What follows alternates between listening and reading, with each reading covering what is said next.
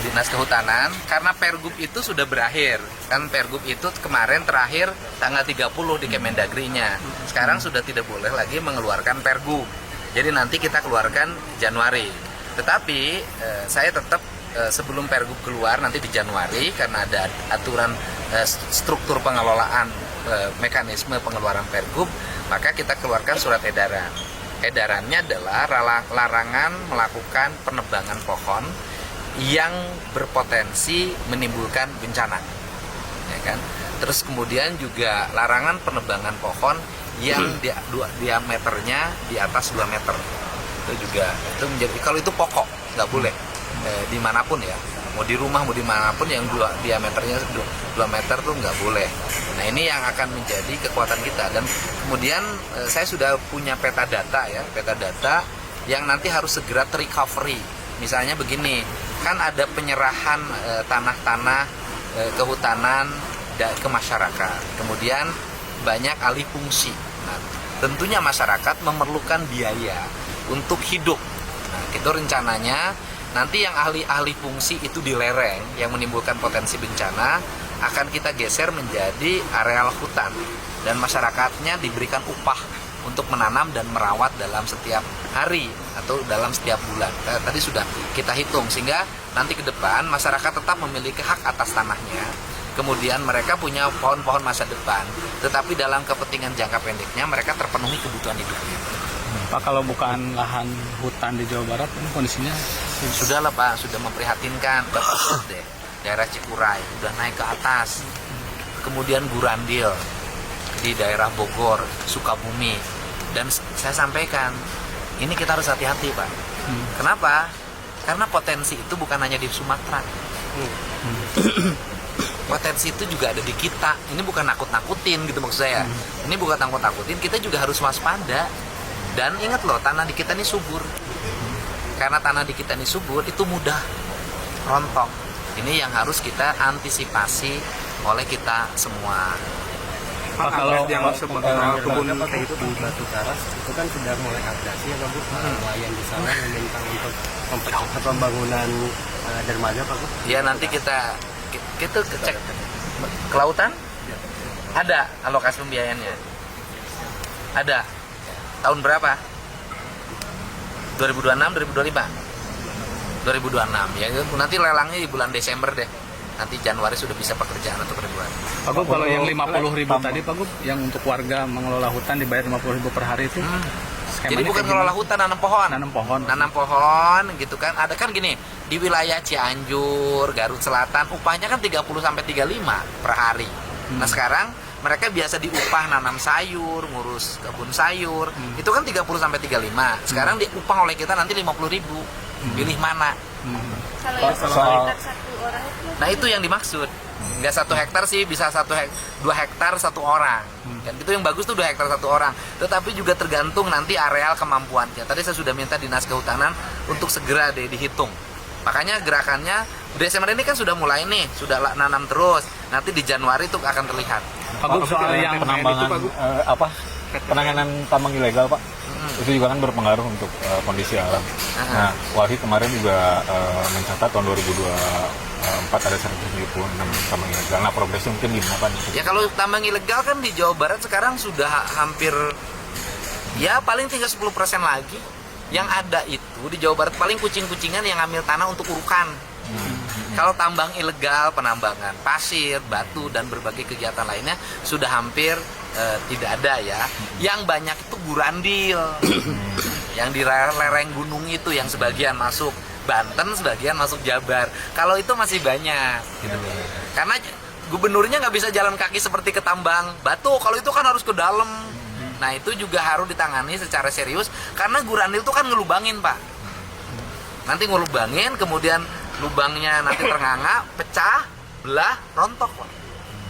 Ini kan bagian. Nah kemudian yang berbahaya lagi dari tambang ilegal emas itu, mereka banyak menggunakan sianida untuk membersihkan emasnya.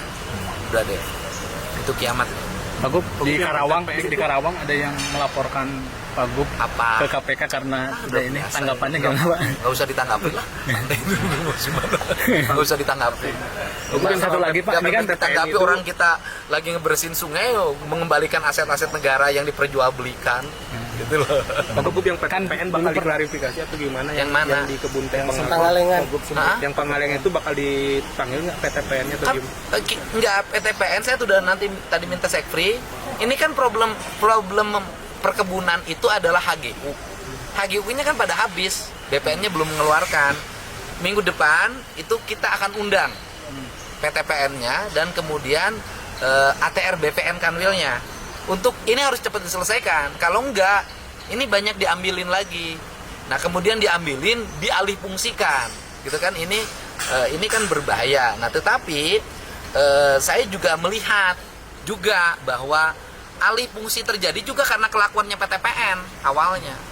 Kenapa? PTPN-nya menyewa-nyewakan tanah perkebunan, peruntukannya dirubah, bukan perkebunan.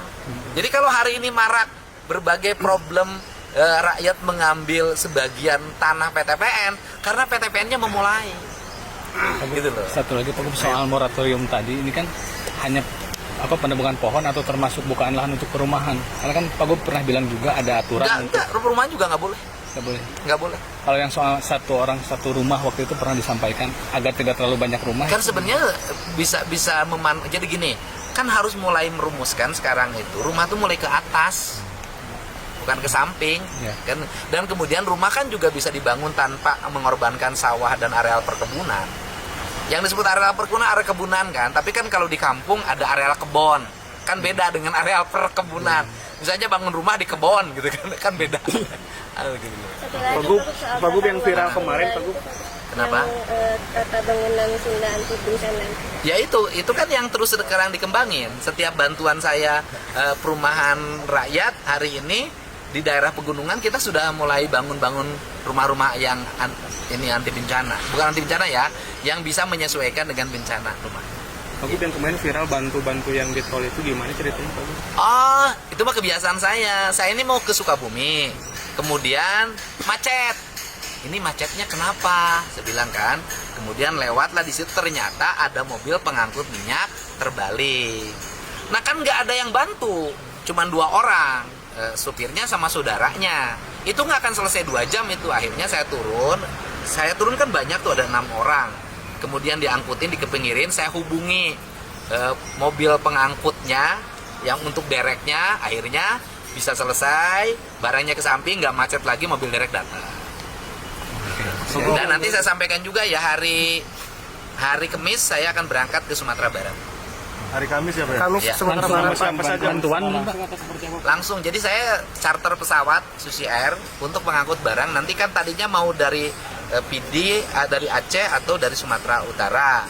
Tetapi pertimbangannya barangnya di sana sudah tidak terlalu banyak dan harganya mahal.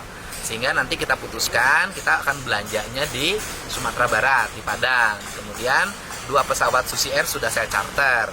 Jadi nanti pesawat Susi Air itu akan mengantarkan barang-barang yang berasal dari bantuan ya, teman-teman saya dan teman-teman di Jawa Barat untuk dikirimkan ke daerah-daerah yang susah dijangkau dan bahkan belum bisa dijangkau.